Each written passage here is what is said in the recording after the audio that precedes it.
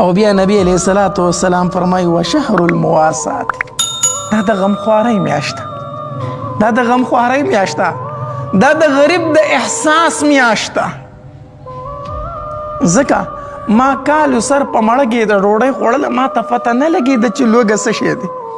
په ما لوږه راغلې نه وه، په ما چې لوږه راغلې ما ډایرکټ ډوډۍ ته لاس کړی، ما د هغې احساس نه دی کړی.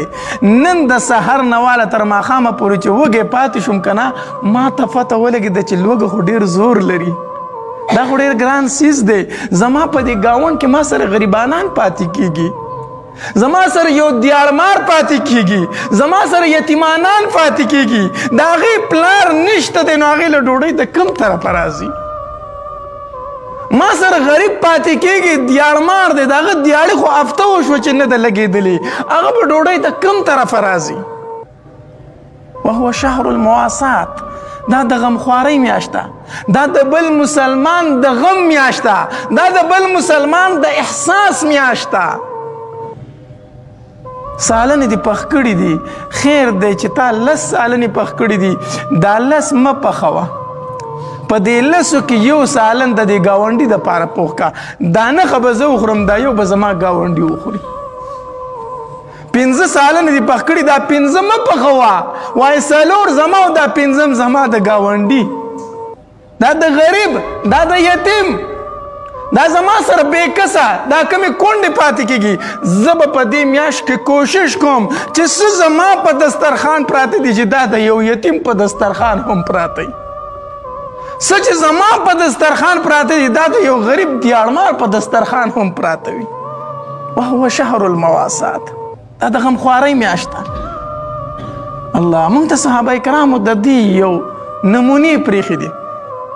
جنګ یرموک کې یو صحابي فرمایي و چې کله غزا ختمه شوه که نه، ما چې غازیانو ته وکتل که نه نو په غازیانو کې زما د تره زوی نه و، غازیانو کې زما د تره زوی نه و.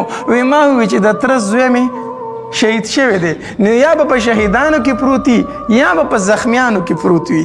نو ځان سره مې د اوبو مشکیزه واغسته، که په زخمیانو کې پروت وي نو تږی به وي، ګرمي د لږې اوبه خو به پرې وڅکومه. وی ګرځېدم د خپل تره زوی مې ومونتو، چې ومې مونتو ما وی لږې اوبه به پرې وڅکومه، مخې په وینو کې ککړ دی، دا به ورله پې وینځم، پاک پی کړمه. وی تره زوی له ورغلم، پروت دی خو ساه پکې شته دی. وی ما ورته وی چې اوبه څکې؟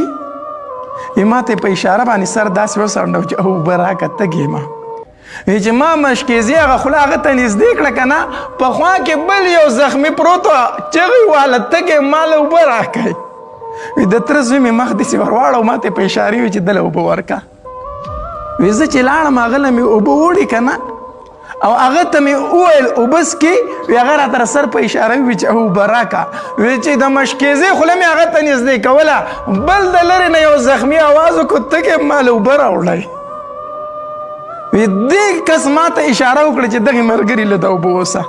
وی زه چې هغه له رسېدم که نه او ما د مشکیزې دا خوله هغه ته نږدې کوله، د هغه اخرۍ سلګۍ وي، د هغه زنکدن هغه ساه ورکړه، اوبه یې ونه څکلې.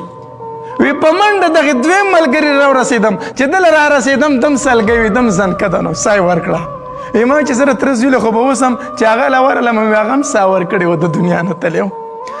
3 واړه د دنیا نه تږي لاړه، خو د یو بل نه یې مخکې اوبه ونه څکلې. دا خو زما صحابه کرامو ما ته دا سبق پرېښی دی، ما ته د غمخوارۍ دا سبق را کړی دی. وهو شهر المواسات، دا خو د غمخوارۍ میاشت ده، دې کې د غریب احساس وکړه. حدیث مبارک کې راځي نبی علیه الصلاة والسلام فرمایي وایي چا چې لوږې ګېډې ته ډوډۍ ورکړه، چا چې لوږې ګېډې ته ډوډۍ ورکړه او بربنډ ته یې کپړې ورکړې او مسافر ته یې د شپې ځای ورکو، الله تبارک وتعالی به په ورځې د قیامت د ده ټول ګناهونه معاف کړي، د ده ټول ګناهونه معاف کړي به الله. ګوره په خپله معاشره کې روژه کې ډېر خلک په ګېډه باندې وږي، کوشش کوه چې زه یو وږې ګېډې واله موړ کم، کوشش کوه چې زه یو بربنډ ته نوې کپړې ورکم، کوشش کوه مسافر په لاره تېرېږي وایي راشه ما سره شپه وکړه، په دې نیت کوه چې ورځ د قیامت شي او میدان محشر شي او نبی علیه الصلاۃ والسلام امتیان روبلل شي او ما ته الله تبارک وتعالی فرمایي ته مې معاف کړې، تا زما د بندګانو سره ښه کړي دي.